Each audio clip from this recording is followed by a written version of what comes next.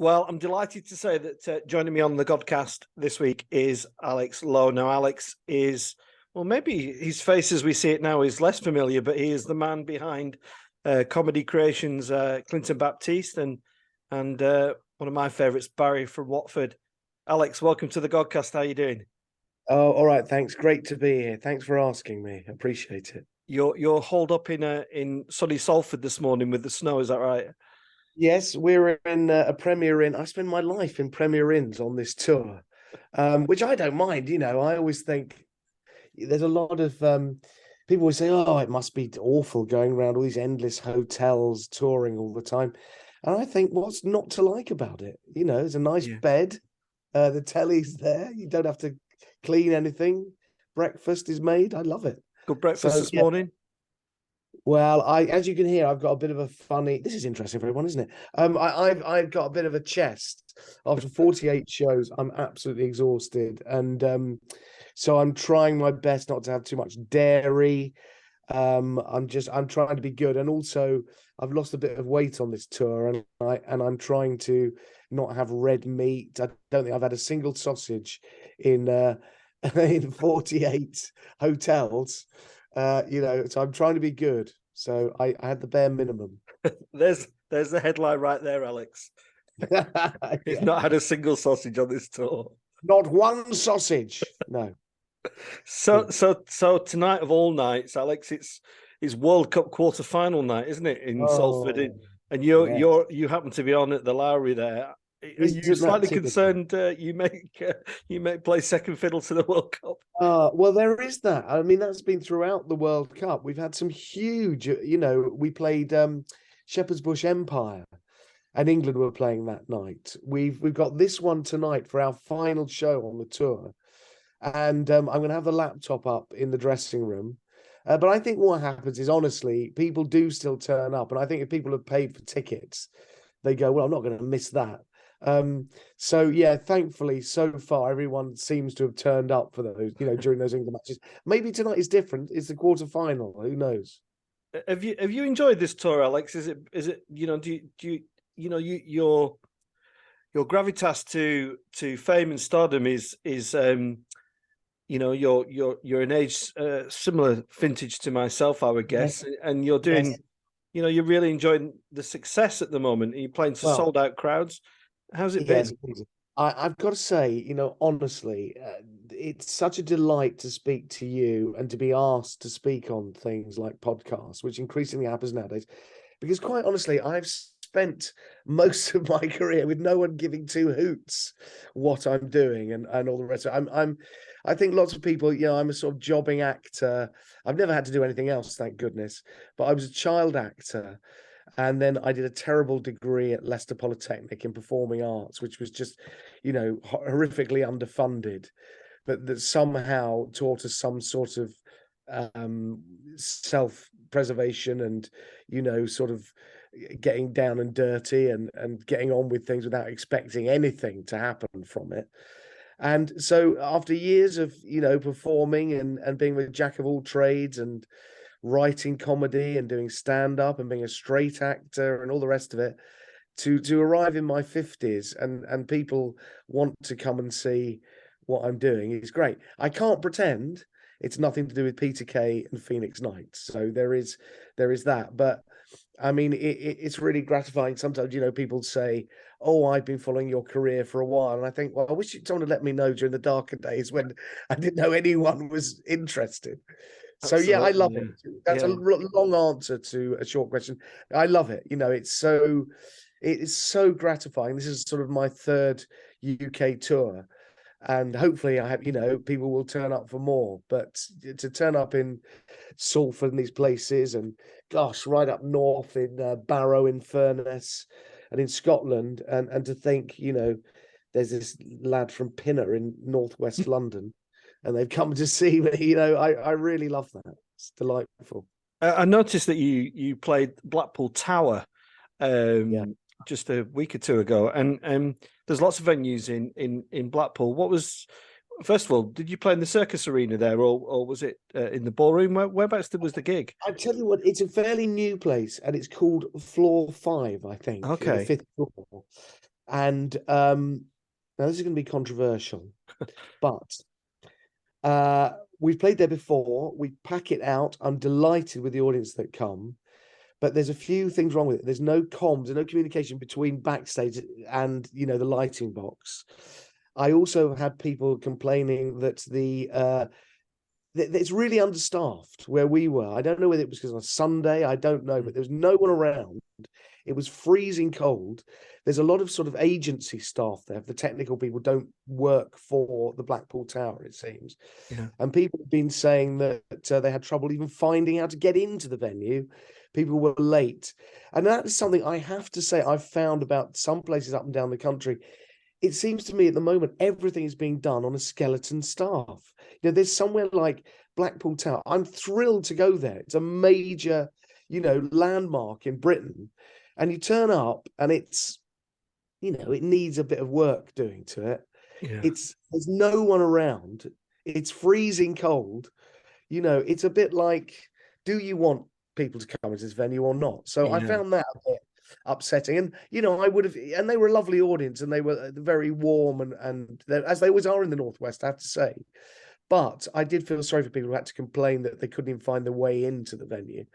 So I'm slightly less pleased with Blackpool Tower than I am with something. Oh dear, I'm sorry I asked now. No. Well, I tell you what is lovely, and I recommend it to anyone. Lytham St Anne's down the road. Oh yeah, lovely. If I could only get enough money from my touring to buy a flat or something, I would happily, because all my gigs playing Clinton Baptiste are up in the Northwest, it seems. That if I could have a base in somewhere like Lytham and go out from there, it would be great. I'm really in love with that place. But I guess Clinton played on the weaknesses of the tower, did it? A man of your skill and dexterity. It didn't go unnoticed in the act, I would guess. No, well, I've got to be honest with you. It's with this show, there's me and Lewis MacLeod playing Ramon, who is, of course, a brilliant mimic. What we tend to do is, because we're getting so old now, we have 90 minutes of material to remember, and deviating from it is not always the option. I think on my own, there's other stuff I would have done, but these things are like, you're on stage, you've got a duty to someone to sort of stick within what we planned. Yeah. But I mean, it's a lovely venue, and it was absolutely rammed, and people were laughing a lot. It's not their fault, so I don't want to sort of remind them. Yeah, I went to see Blancmange in Darwin. And wow. And I got there before the act did. They said that the doors open at 7, and so I thought there'd be a support act on, but literally there was just a guy putting the boiler on, and it did take the edge off the evening, although the band was still fabulous. Yeah. Clinton, where did your love of comedy characters come from? As a younger guy, who are you really laughing at yourself? Well, do you know what? I think about it now, there's a real divide in my family. My dad's lot are sort of East End, they're from Southeast London, and during the war there was this move, to get people into the green belt and away from I think there was some sort of armaments factory just down the road from them. And so they were being bombed during the war, and they moved out to South Harrow in northwest London, which is sort of green belty area. And they are the real. They were sort of, my uncle played the piano. My dad was a saxophone player, and they had slightly more of a sort of artistic bent about them. Whether my mum's lot are much more sort of scientists and very straight laced in that department. So when I think now, my dear old dad, there was a lot of store put by jokes and comedy, and I always remember. I would think now with a great affection how he would encourage me to enter caption contests. I was a big Queen's Park Rangers fan, and in the program they'd have what's the caption here, and it'd be Stan Bowles or one of these QPR players, and I would and I always kind of thought, I don't think my mum probably there was a load of nonsense, but my dad would be like, no, what a skill to be able to write a joke here, So that lot, I remember my nan. I always remember distinctly when Porridge came out on BBC One, her saying, "Oh, she loved Ronnie Barker. Let's watch that." And of course, Ronnie Barker. To answer your question, what a fantastic! Part of me genuinely can't believe that Fletcher was not a real person. Yeah. Do you know that idea? Yeah. It's Yeah. so three-dimensional. And maybe it's because it was my age and I sort of grew up with it and it feels so real and visceral. But Fletcher, Ronnie Barker I was a huge, huge fan of Ronnie Barker. I love the two Ronnies. Mike Yarwood, the impressionist. I remember my dad took us to see him at the Winter Gardens in Bournemouth. Yeah. And I just remember thinking, I mean, to this day, I think it was so simple. It wasn't all singing, all dancing. He had a little box of hats and scarves and a a Harold Wilson pipe. Yeah. And the simplicity of, they were, I mean, I say it wasn't all singing and dancing. I think there were some sort of Tiller girls or something in the first half and some sort of magic act or something. And the second half was this tour de force of reaching into this box, so simple. And it was absolutely captivating, the simplicity of it. And just putting on, a hat or a scarf or whatever and morphing into these characters. And so I think those were the main ones, and then as I got into my early teens, people like Rick and Aid, and Elton, that sort of alternative thing, which absolutely blew my head off. And to this day, I think people like Harry Hill, I have such admiration for the slightly surreal side of comedy, which I don't do. I can't do it. I'm much more bread and butter, end of the pier. Here's the setup. Here's the punchline. It's all logical. It's a sort of slight twist on something. But that sort of thing, I really like when it's done really well. Not just kind of surreal, and you go, well, yes, ooh, a ghost in a biscuit tin, but something that's it's surreally logical. Yeah. Where you go, I can see what. Yes, I've thought that is a sort of madness. Yeah. It's lovely hear you talking like that. I mean, I'm a guy that was brought up on summer seasons, and Yes. I remember seeing the Russ Abbott show on the North Pier at Blackpool when it was twice nightly from May until November, and it was sold out. And then, I became really a huge fan of Les Dawson, seeing him in Run for Your Wife with Eric Sykes, and Absolutely. I think there's a lot to be said for that. Just interested to know what you think about the role of the straight man in a comedy partnership, Alex. I interviewed recently Tommy Cannon, who was fascinating. Listen to him talk about his career. Do you think sometimes we underplay the skill of the stooge or the straight man in comedy?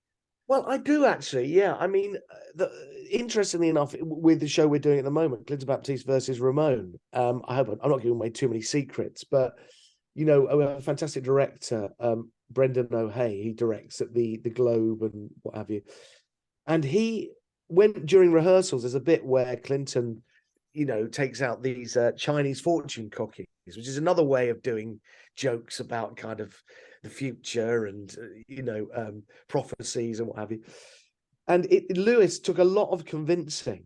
He would be going, but I'm just standing here offering him the bowl. And Brendan was going, you don't understand the power in that stillness. You don't have to be running around the stage, pulling focus, mugging to the audience. That stillness. And sure enough, that's what happens on the tour.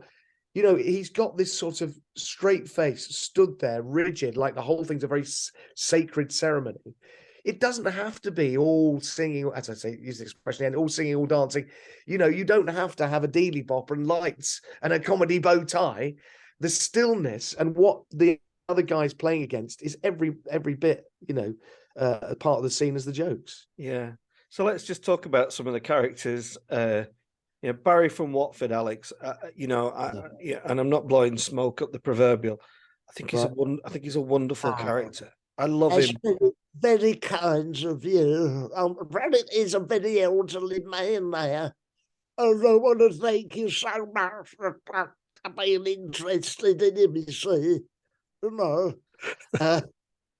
That's based. I mean, he is based on all my Cockney ding dong forebears, who all spoke, and I saw, the sort of esophagus is sort of falling apart in the back of the throat, you see, and not having the lung capacity to finish the sentence, But I used to do that on Steve Wright's show on Radio 2.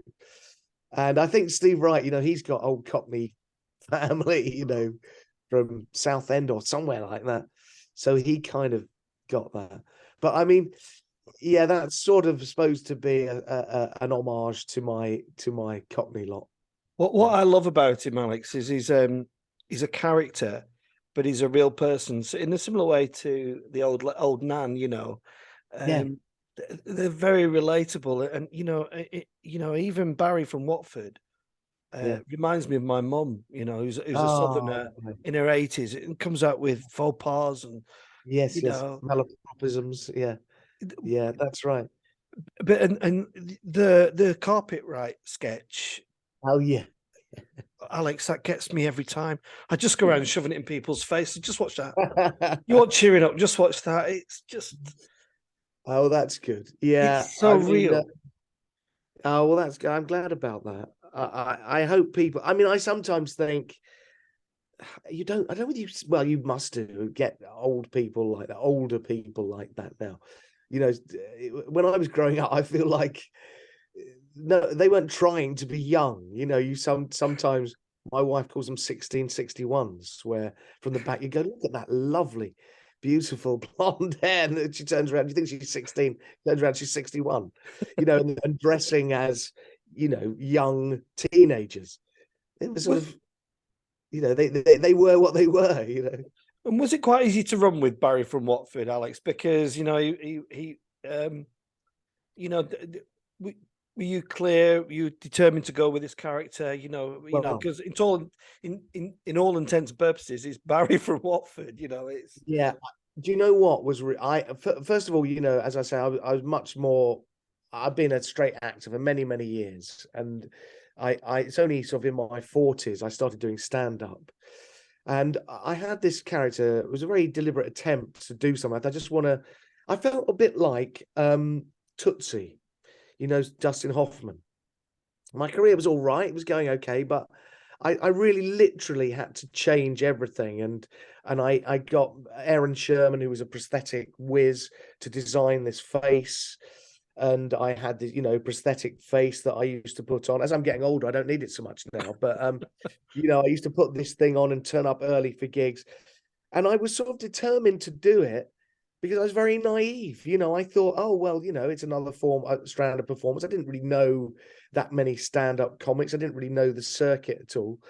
And so I would turn up early and put on my prosthetic face, and there'd be these hard-bitten comedians in there, not like actors who will throw their arms around you, darling, and make everyone feel at home. It's very much a kind of, well, this is my 15 minutes.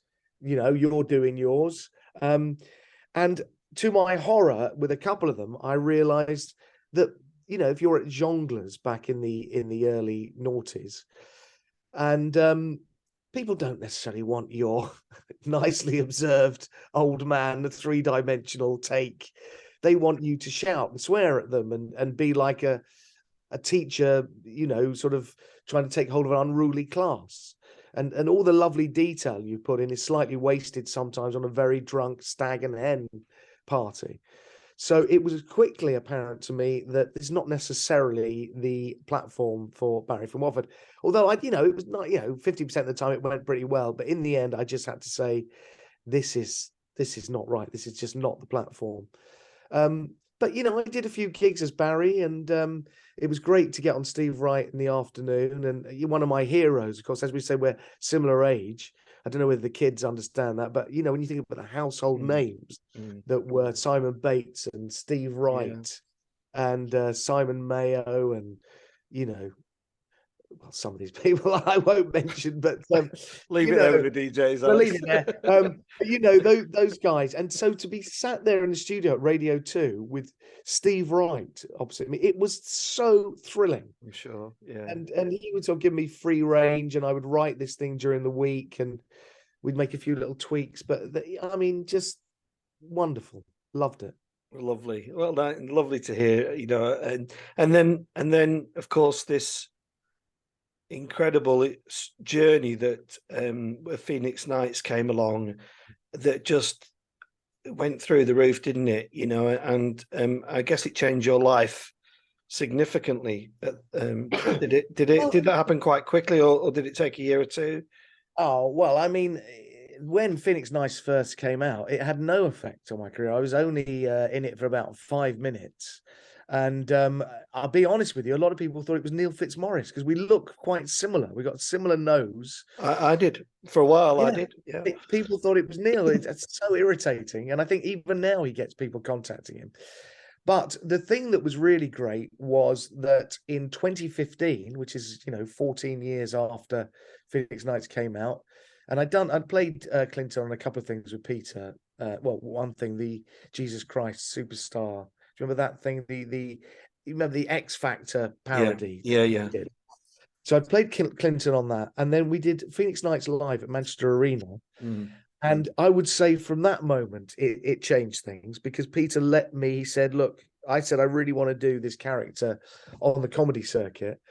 And Peter said, I don't have any problem with you doing that. It's sort of his creation and Neil Fitzmaurice and Dave Spikey's creation. And they sort of given me their blessing. So thankfully, that is what really did it. And Peter lets me go out there. I always check everything with Peter religiously. I say, I'm going to do this, and I've got another tour coming up, hopefully in 16 months, which I've got to approach Peter about, and I just hope that he's going to be fine about that. But he's very, very magnanimous of him. Is that the word? To let me do it, Yeah. There's a few connections. I did a little bit with Dave Spikey previously, and Ted Robbins used to run the local radio Lancashire breakfast show, and he did some writing workshops which I was involved with, which were great fun. But of course, Ted fell ill, didn't he, on that tour, Alex? And that must have been quite a concern for everyone. Well, I was sharing a dressing room with Ted. It was me and Steve Royal, Steve Royal, who does the juggling. And we were having a great time. And it was quite nerve-wracking because, being comic relief, there wasn't a lot of time to rehearse. We'd had a couple of days in Wakefield in some giant hangar. I'm just going to cough.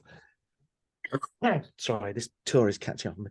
And so we turned up the next day at Manchester Arena, and we suddenly thought, oh no, this is enormous. What are we going to do? We've barely rehearsed.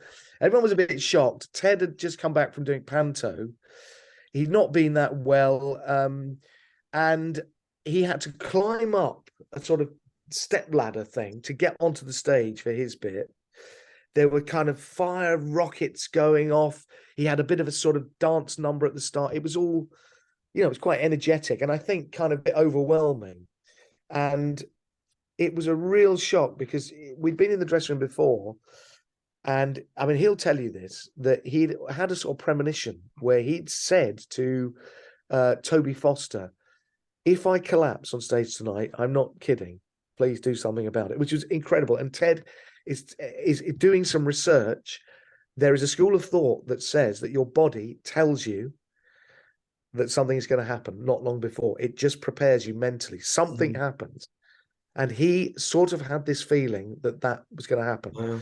And sure enough, he collapsed. And, because we'd barely rehearsed, the cameras swoop in, just thought it was part of the act. It was a bit of a kind of Tommy Cooper moment. This is very to talk about. And his image collapsed on the stage. It was 100 foot in the air on the great screens. Crikey. You could hear the sort of death rattles almost. It was just so shocking and terrifying. And people were still laughing, and people in the green room were laughing. And I immediately knew that something was wrong. And I remember Barbara Nice coming in, and everyone was very shocked, and it was all really, really distressing. And the audience sort of left very, very quietly. It reminded me of that Patrice Mwamba moment, the Bolton. Bolton, was he playing for Bolton? Yeah, it was Bolton, yeah. Yeah, and where everyone sort of picked up what happened and was very respectful, and it was just silent as people left.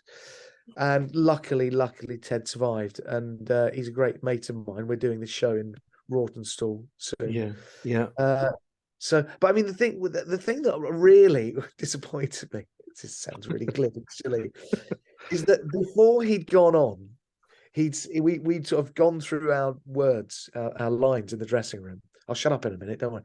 And he'd said to me, he's going to do this line which goes, look at that lovely, that wonderful, that that jacket you're wearing, all your clothes, your whole outfit, madam, in the front there. If I ever win the lottery, I'm going to buy an entire outfit like that. I just need those 3 numbers to come up. I thought it was such a great joke. And he didn't do it. And I think he was sort of mind was in a, he was obviously delirious or something. Yeah. He thought, he's struggling. And he said something else which wasn't nearly as funny. And then with that, he sort of fell over. So it was it was awful, but I'm so glad he's still with us. Yeah, me too. He's a lovely guy. He's a lovely guy. guy. He's much loved in this part of the world. I know that. Definitely. Yeah. And then on from Phoenix Nights, there's a lot of questions, wasn't there? But why it doesn't return or why it hasn't returned. I know Dave Spikey always felt that there was a Christmas special maybe to be had. But what's your feelings about it now? Do you think there is mileage ever if it was to be talked about, or is it best left where it is? I have absolutely no idea. And, rather selfishly, if it ever came back and I wasn't in it, I'd be so upset. The only thing I do think is I remember being on the stage, and at the end there was this sort of mock. No, it wasn't a mock thing at all, because we were raising money for Comic Relief. But there was a sort of cheesy charity video that happened at the end with Brian Potter, and at the end it came up Brian Potter, 1958 to 2015, and it was almost like that's it. I put a line under it, and I think that was the feeling from Peter, that's the end of it, and everyone's going to look around and went, oh, I thought, oh, that's it then, is it? And then he sort of said to me since, have the wig, have the costume, we're not doing it again, sort of thing. But I don't know. What do I know? I mean, I've never asked Peter that. I would love to do some more. I'd love him to do some more. He's touring for the next 20 years, isn't he? I think I've got tickets for my 80th birthday. Oh, I know, absolutely. Yeah. So I don't know. I think people. I mean, sometimes less is more, isn't it? They always go on about 40 Towers and what have you. They just did those 12 episodes or whatever it was. But I mean, people love it so much, and I feel really honoured. I come up to the Northwest and to be a part of that thing. And I was only in it for flipping 5 minutes, so I'm eternally grateful. Just a brilliant character, though. Just a brilliant character. I think to be fair, it's such a British thing, isn't it? We love to see the cogs working. Yeah. We like the plucky loser. We don't really like the real heroes. Absolutely, yeah. I mean, if England lose tonight, if we win tonight, that's almost anathema. Losing is the national characteristic, and how close we came, and the bittersweet agony of that. Yeah. And people who haven't yet seen the live show with Clinton and Ramon, just tell us a bit about that, Alex. Have the characters evolved, or are they as they were back then? What can people expect? Well, in the podcast, I mean, I do this Clinton Baptiste paranormal podcast, and Ramon is Clinton's arch rival. It's slightly more adult than I've done before, but there's this sort of bitchy, catty, slightly camp relationship between the two of them. And it was so popular on the podcast. And when I did my last tour, everyone was saying, "Where's Ramon?" I'd get on stage to be shouting for Ramon. And so I've written this thing with Lewis and Brendan called Clinton Baptiste versus Ramon, where the two of them sort of go head to head. So I've always thought, how funny if two clairvoyant medium psychics get together and claim to be channeling the same person. I mean, how does that work? Which was the kind of premise. And so it's about them going head to head, but I want to assure, they get a bit sort of at each other's throats, but we sort of decided early on that there's so much misery around at the moment that, it ends nicely and they're friends. So it'd be terrible just it to be a sort of shouting fest, which it isn't, thank goodness. Yeah. And Salford tonight, and then what's the plan to have a bit of a breather before you go again in the new year? Well, yeah, I mean, we're gonna Salford tonight, which would be lovely. The last one, 48 shows. I'm really, really exhausted, and there are more exhausting things to do, but there's something about the adrenaline, whipping up night after night and then whipping it up again and getting hot and sweaty and then going out into the cold and lugging the props to the car, that after a while takes its toll, particularly with someone like me in 54. So what I'm going to do is I've got a charity thing tomorrow in Newcastle with some really great comedians, which I'm honoured to be asked to do. And then I do have some gigs dotted around because I've got to earn some money for my tax bill. But I want to have a bit of a break for Christmas. Yeah. Yeah. Alex, how long does it take you to come down after a show? Are you kind of in the, are you wide awake till the early hours, or do you have a way to wind down after a gig? Well, my friend Dan Skinner, who plays Angelos Epithemiou, he always says you just can't relax. And I know that Lewis can't either. I sort of can after a while. I mean, I'm not necessarily going to sleep, but I'm not sort of bouncing off the walls and having to go and have a drink and hit the town. I don't know. I mean, I watch a lot of telly. I have a hot bath. Luckily, the Premier Inn chain still have baths. Some don't. Some hotels are just a Stop shower. name dropping that posh hotel you're in.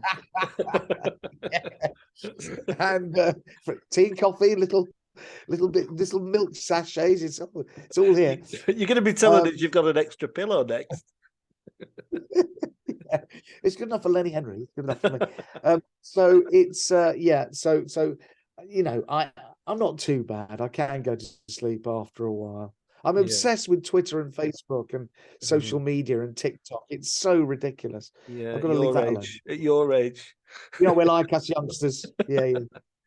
Well, Alex, I've loved chatting to you. I love chatting. Comedy is my passion. I'm off to see one of your mates next week, Justin Morehouse, with a friend of mine, Tony Vino, is somebody who's done some stuff with us at church. So it's great, and I'm really glad you're well and glad you've enjoyed the tour and that your voice holds up tonight. You're a QPR fan, you said. Well, the funny thing is, my uncle was deputy chairman of QPR back in the glory days, and we used to go a lot. I was there for the plastic pitch in the 80s. Oh yeah. And then I stuck a picture of QPR versus Wolves on the fridge, and my son, who was 7 at the time, went for the wrong ones. And now I'm a season ticket holder at Molineux. Can you believe it? How interesting. His middle-class mum went, "Oh, isn't that lovely? He's got his own thing." I said, "You don't understand. That's it now." And so now we're up and down the country to see Wolves. We're having a terrible, terrible season. Yeah. No disrespect to QPR, who I will go back to when the lad's older and he just wants to take his mates. But Loftus Road, though I love it, it's compact, is no Molineux. No. Black country roar. It's sort of proper, working class football. And there's just something about it. I really love the power of the club. Well, I'm hoping the Clarets. I'm a big Burnley fan, Alex. I hope we replace Wolves in the Premier League and we beat Queen's Park Rangers, who we're playing today. So that would be. Oh, is that what it is today? Oh, yeah, wow. We're back in action. Well, good old Burnley. I like Burnley, and of course, my Aidan went there and said the lovely thing is you can watch the cricket before you go in the ground. That's right, absolutely, yeah. Brilliant, lovely stuff. Alex, lovely to meet you. Can you send us off in give us a bit? I love Barry from Watford. Say goodbye in the style of Barry from Watford. Well, I just I say this. Thank you to the podcast for having me on, and it just remains, really, for me to say, no. Thank you. Thanks, Alex. Thank you. God bless you. Thank you.